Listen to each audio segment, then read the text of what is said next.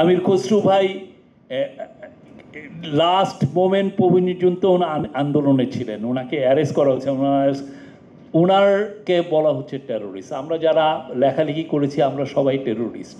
আপনি চিন্তা করেন, মানে উনি সেই এনায়েতুল্লাহ খান 1974 সালে লিখেছিলেন যে 65 মিলিয়ন কোলাবোরেটরস, 6,50,00,000 লোককে শেখ মুজিব কোলাবোরেটর, আর এখন তার মেয়ে 180 মিলিয়নকে বলতেছে টেরোরিস্ট। 18 কোটি লোককে উনি টেরোরিস্ট বলে উনি ক্ষমতায় আসতে চাচ্ছেন। কি ভয়াবহ! উনি ওইটা বলতে, মানে আপনি টেরোরিস্ট শব্দটা বলাটা ইজি, কিন্তু টেরোরিস্ট মানে কি?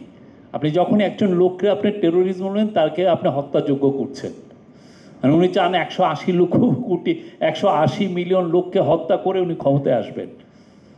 তো এখন যদি পলিটিক্যাল পার্টিগুলো ডিসিশন না নিতে পারে, সেক্ষেত্রে ইন্টারিম গভর্নমেন্টের উপর যেই অর্পিত দায়িত্ব, সেই দায়িত্ব অনুসারে তারা তাদের একটা ডিসিশন নেবে, এবং এটা খুব দ্রুতই হবে, এমন না যে অনেক দিন ধরে পরে যে এটা হবে। আর একটা হচ্ছে যে যাতে করে ইলেকশন রিলেটেড কোনো ধরনের কোনো অনিশ্চয়তা যাতে না থাকে। আর এখানে যে কথাগুলো এসছে, আমি পলিটিক্যাল কথার দিকে যাচ্ছি না, আমাদের অনেকগুলো চ্যালেঞ্জ আছে ইশতেহারে। একজন বললেন যে প্রযুক্তি নির্ভর ইশতেহার, আমি এই কথাটার সাথে আমি দ্বিমত করি। আমরা তো সবাই প্রযুক্তির মধ্যেই বাস করছি। আমি, আপনি, আপনার কে প্রযুক্তির বাইরে? আপনি একটা গভর্নমেন্টের যে কোনো একটা প্ল্যানিং করতে যান, পুরোটাই তো প্রযুক্তি নির্ভর। তো এখন এই প্রযুক্তি শব্দটা, প্রযুক্তি ইজ লাইক, এখন আমাদের মডার্ন লাইফে প্রযুক্তি ইজ লাইক বাতাস, আকাশ। আমরা প্রযুক্তি শব্দটা আনাটাই আসলে দরকার নাই আমাদের সবারই। আপনি ইলেকশন ক্যাম্পেইন করবেন, আপনার মূল ক্যাম্পেইনটা এখন সোশ্যাল মিডিয়ায় করতে হচ্ছে। আপনি একটা মেসেজিং দিবেন, দেখবেন যে চিফ অ্যাডভাইজার অফিস থেকে আমরা বেশিরভাগ মেসেজিং সোশ্যাল মিডিয়ার মাধ্যমে দিচ্ছি। অনেকে বলছেন সোশ্যাল মিডিয়া নির্ভর। আমি সোশ্যাল মিডিয়া কেন দিব না?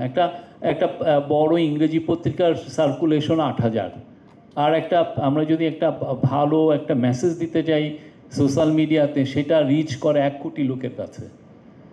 আমি তো সোশ্যাল মিডিয়া ইউজ করবই। আর এটা এখন মডার্ন লাইফে এটার বাইরে আপনি কি চিন্তা করবেন? এই চিন্তার তো কিছু নাই। আর আরও কিছু কিছু কথা আসছে, যেমন অনেকে বলছেন যে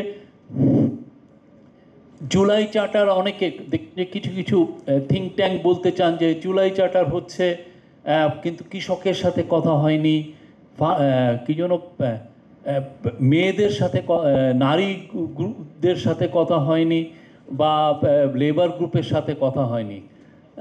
আশ্চর্য লাগে এই কথাগুলো কেমনে ওনারা বলেন। তাহলে কি যারা পলিটিক্যাল পার্টি, যাদের সাথে ইন্টারিম গভর্নমেন্টের এই ন্যাশনাল কনসেনসাস কমিশন কথা বললো, তাহলে পলিটিক্যাল পার্টি কি এই গ্রুপগুলোকে রিপ্রেজেন্ট করে না? মানে বিএনপির তাহলে কি লেবার উইং নাই নাকি? বিএনপির কোনো নারী উইং নাই, বা বিএনপির কোনো ইয়ে নেই? বা সাইফুল ভাইরা কি সারা জীবন, যারা লেবার পলিটিক্স করে আসতেন, সারা জীবন লেবার পলিটিক্স করেছেন, জীবনটাই দিয়ে দিয়েছেন, তো তারা কি লেবারকে রিপ্রেজেন্ট করে না? মানে এই যে থিঙ্ক ট্যাঙ্কগুলো নিজেরা নিজেদের সেলফ ইম্পর্টেন্স বাড়ানোর জন্য এই সমস্ত মুখরোচক কথা আপনাদেরকে বলেন যে নারীদের সাথে কথা হয়নি। তাহলে এই বিএনপি কি নারীদেরকে রিপ্রেজেন্ট করে না? ওনাদের কি, মানে এই যে জোনায়েদ সাকির, তার ওয়াইফ, আমি জানি কি উনি, আমি ওনাকে বছরের পর বছর দেখছি যে এই যে আশুলিয়ায় কাজ করতে লেবার এদের সাথে, তাসলিমা, ওনারা কি লেবারদের কি, মানে উনি জোনায়েদ সাকির তো পুরো 9টা মাস এই ডায়ালগে ছিলেন, সাইফুল ভাই 9টা মাস ডায়ালগে ছিলেন। তো এই জিনিসগুলো, মানে এইগুলো জিনিস জুলাই চার্টারে সব কিছুই এসছে।